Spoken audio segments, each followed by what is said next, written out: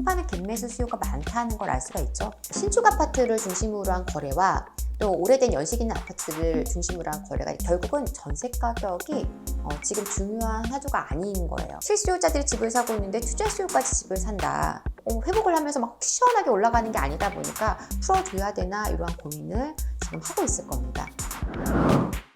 안녕하세요. 사달의 경제 유선영입니다. 네, 오늘은요. 이 변화무쌍한 부동산 시장의 현재 어떤 특징을 한번 좀 짚어보도록 할 거고요. 이 특징을 통해서 앞으로의 시장 흐름까지 우리가 예측해 볼 수 있는 중요한 키가 될 수 있습니다. 그래서 시장의 지금 현재 시장의 특징 한번 짚어보도록 하겠습니다. 네, 현재 부동산 시장의 특징, 이것을 알아야 부동산 시장 변화에 현명하게 대처할 수 있습니다. 이렇게 정리를 했는데요. 자, 아주 심플한 특징이지만 중요한 특징입니다. 뭐냐면 바로 이겁니다. 현재 부동산 시장은 실수요자가 움직인다라는 겁니다. 실수요가 움직이고 있다. 실수요자들이 시장을 지금 반등을 이끌고 있다. 이런 얘기인데요. 이게 왜 중요하냐면 과거에도 그렇고 현재 이 윤 정부에서도 그렇고 1월 3일 1.3대책 때에도 그랬죠.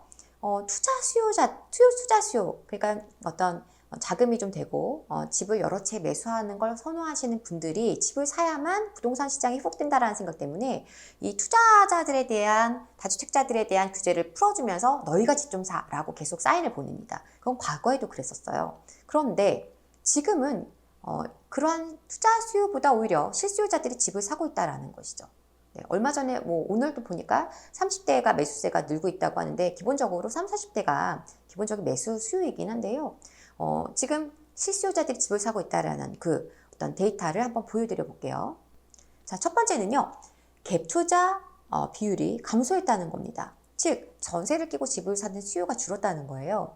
이것은 뭡니까? 결국 내가 실거주 목적으로 집을 산다라는 것입니다.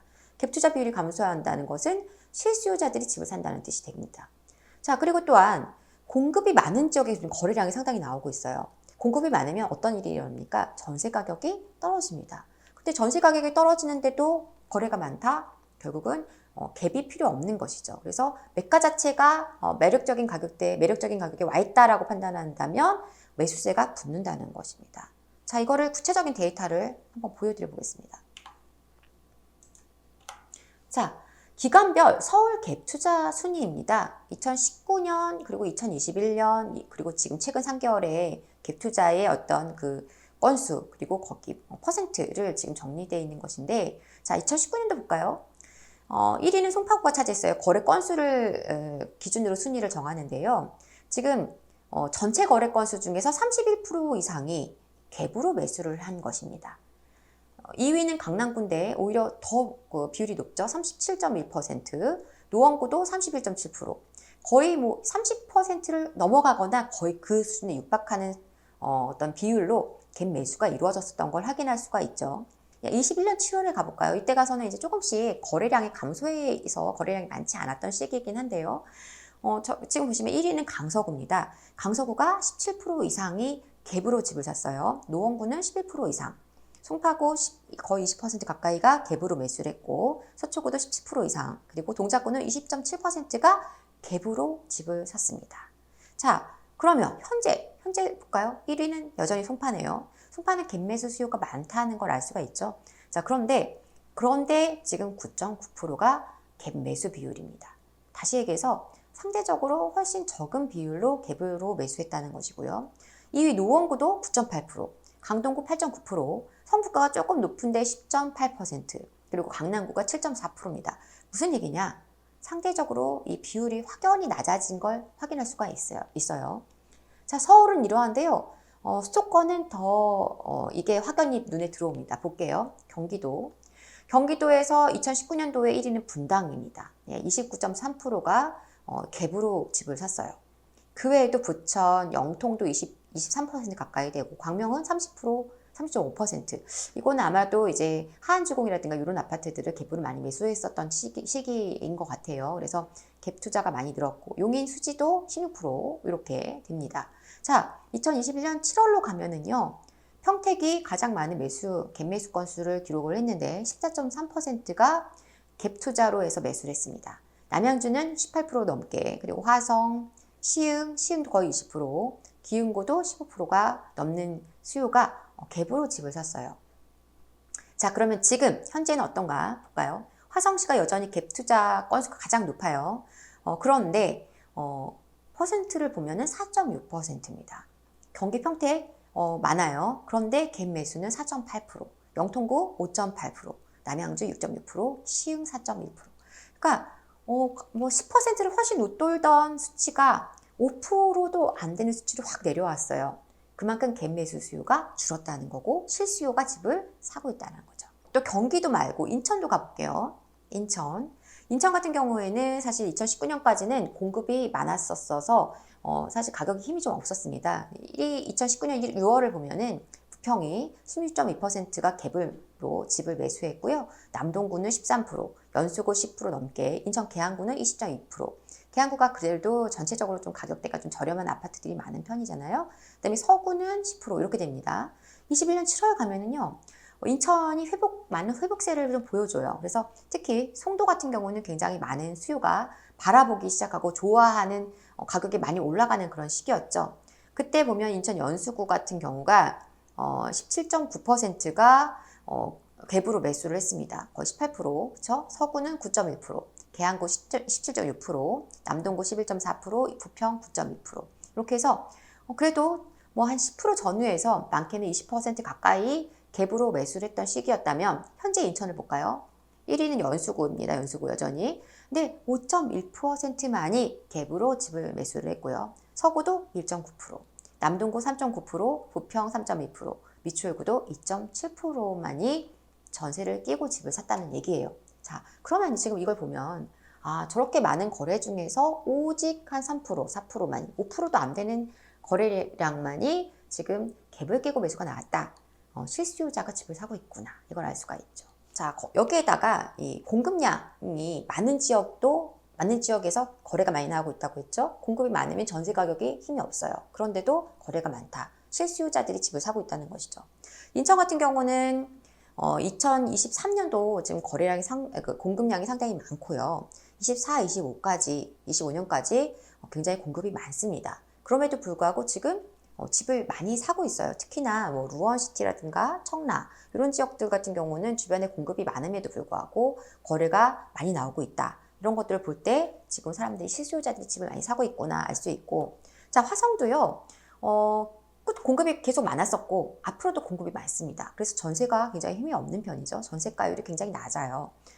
특히나 동탄 2 같은 경우 그런 대표적인 지역인데 뭐 봉담이라든가 그 주변으로도 공급이 있지만, 근데 지금 23년, 24년, 25년까지 공급이 많음에도 불구하고 거래량이 굉장히 많이 나오는 지역 중에 하나가 화성과 수원이거든요. 경기도에서. 그래서 화성에 굉장히 공급이 많다 알 수가 있고, 그럼에도 불구하고 거래량이 많다. 평택시 지금 평택시가 아까 말씀드린 대로 3월 이후에도 거래량이 상당히 많이 나오고 있습니다. 그런데 공급도 많아요. 실수요자들이 집을 사기 때문에 이렇게 공급이 많음에도 불구하고 전세 가격이 힘이 좀 떨어짐에도 불구하고 매수세는 붙는다는 걸 알 수 있습니다. 물론 평택의 모든 지역의 전세 가격이 낮지는 않아요. 수요 자체가 탄탄하다 보니까 전세 가격이 비교적 안정적인 지역이기도 합니다. 어쨌든 간에 공급이 이렇게 많음에도 불구하고 집을 사는 수요가 늘고 있다는 점.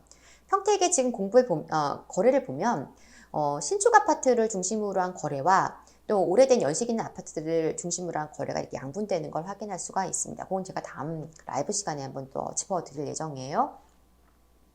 자, 수원 공급 굉장히 많은 지역이죠. 23년까지는. 그런데 내후년부터는 공급이 없습니다. 내년부터 없어요. 그래서 현재는 전세 가격이 좀 낮은데 그럼에도 불구하고 굉장히 많은 매수세가 붙고 있다.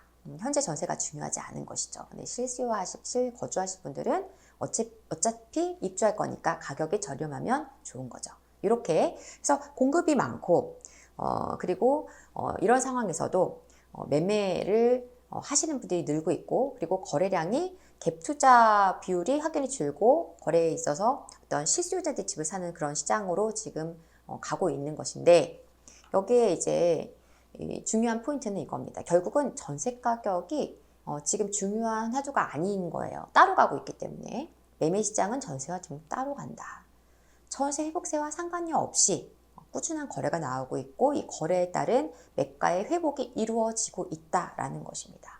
중요한 포인트인데요. 전세는 매우 중요하다는 얘기를 제가 계속 드려왔어요. 자, 그렇다면 이 상황 속에서 전세 가격이 회복되면 어떻게 될까요? 네. 자, 그래서 앞으로의 시장 흐름을 한번 짚어본다면 자, 일단은 전세가는 안정될 거예요. 왜냐하면 지금 계속 이 월세로 사시던 분들이 전세로 다시 돌아오고 있어요.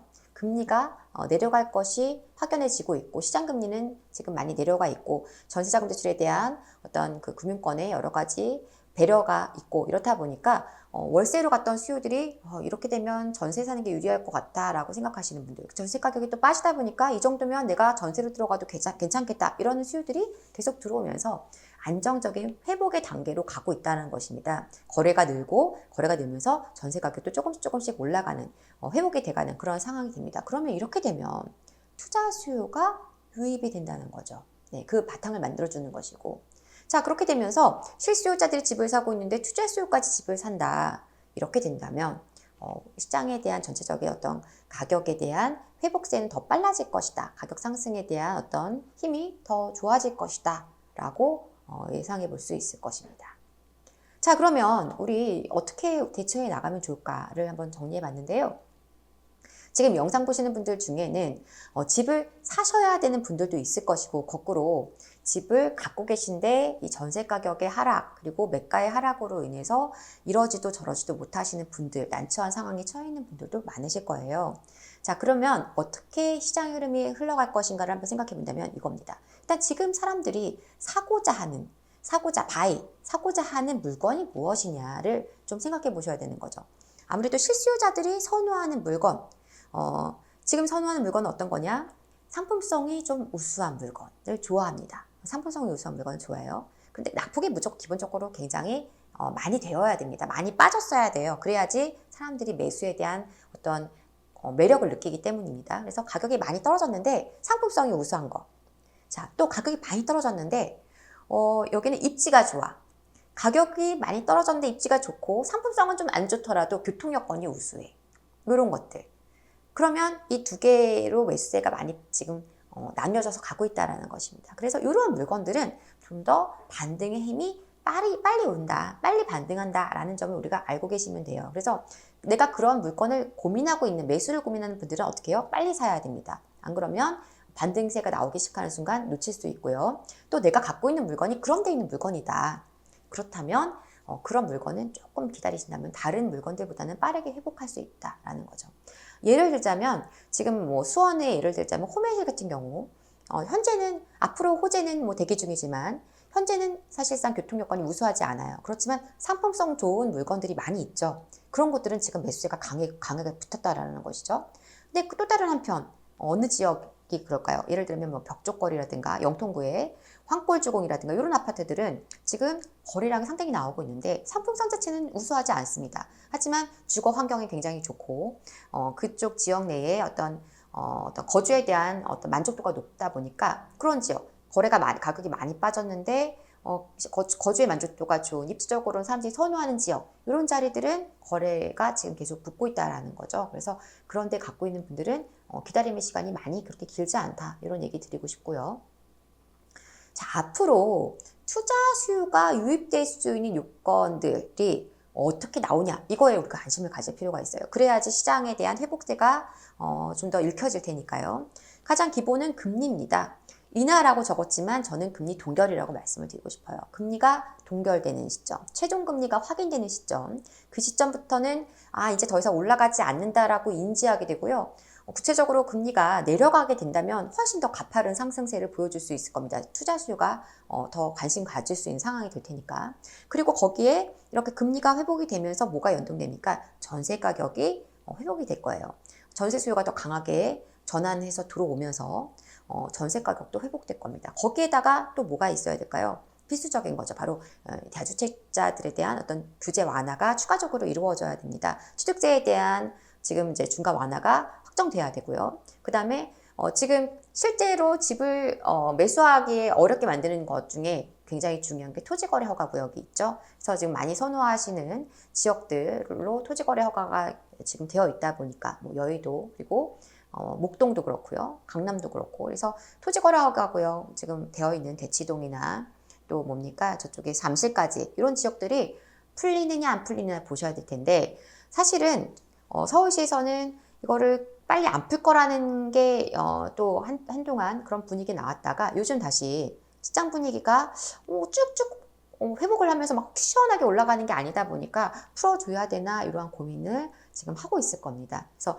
토어제가 풀리느냐 이걸 한번 보셔야 될 것이고요. 뭐 가까이에는 지금 목동이나 여의도 이런 지역들이 토어제가 풀리는지에 대해 지금 굉장히 귀추가 주목되는 상황입니다. 거기에 더해서 대출에 대한 규제, DSR 이런 것들을 조금 더 풀어주느냐가 또 중요한 요소가 될 것입니다. 대출이 안 되면 자금을 융통하기가 어렵다 보니까 투자에 임하기 어렵죠. 그래서 투자 수요가 유입될 수 있는 환경이 만들어지느냐 이런 것들이 언제 나오느냐를 우리가 계속 관심을 갖고 지켜보신다면 결국은 실수요자와 투자 수요와 함께 매수세가 이루어지는 그 시점에서는 좀 더 빠르게 시장 회복에 대한 기대감이 높아진다. 이렇게 정리해 볼 수가 있겠습니다. 굉장히 어렵고 혼란스러운 시장입니다. 외부적인 악재는 계속해서 언론에 연일 나오고 있어요. 그래서 이게 이런 시장 속에서도 정말 또 집을 사도 되는 걸까? 아니면 이런 상황 속에서 정말 더 이상 가격이 하락하지 않고 버텨줄까? 이런 고민이 많으실 겁니다. 하지만 우리가 너무 많은 요소들을 머릿속에 담아두고 시장을 바라보신다면 사실은 시장을 제대로 볼 수가 없게 됩니다. 그래서 핵심적인 것, 현재 우리 시장의 문제와 우리 시장의 흐름을 먼저 체크하시고 외부적인 악재로 인한 어떤 큰 변수들은 지금 우리가 어차피 예측한들 하지 않는들 사실은 정확하게 짚을 수 없어요. 그래서 그 외부적인 변수에 대처할 수 있을 만큼 안정적인 어떤 환경 속에서 투자에 대한 방향을 생각하신다거나 어떤 포트폴리오에 대한 방향을 고려하시면 될 것 같습니다. 이 시장 좀 거의 우리가 큰 산을 넘어가고 있다 저는 보고 있기 때문에 이제 산을 넘어서 차분차분 잘 어려움을 극복해 나가신다면 조만간 굉장히 평탄한 평지에서 여러분들과 함께 할 수 있는 시간이 오지 않을까 이렇게 기대를 해보고요. 저는 다음 시간 더 좋은 내용으로 다시 찾아오도록 하겠습니다. 여러분들을 응원합니다. 지금까지 사다리 경제 유선영이었습니다. 감사합니다.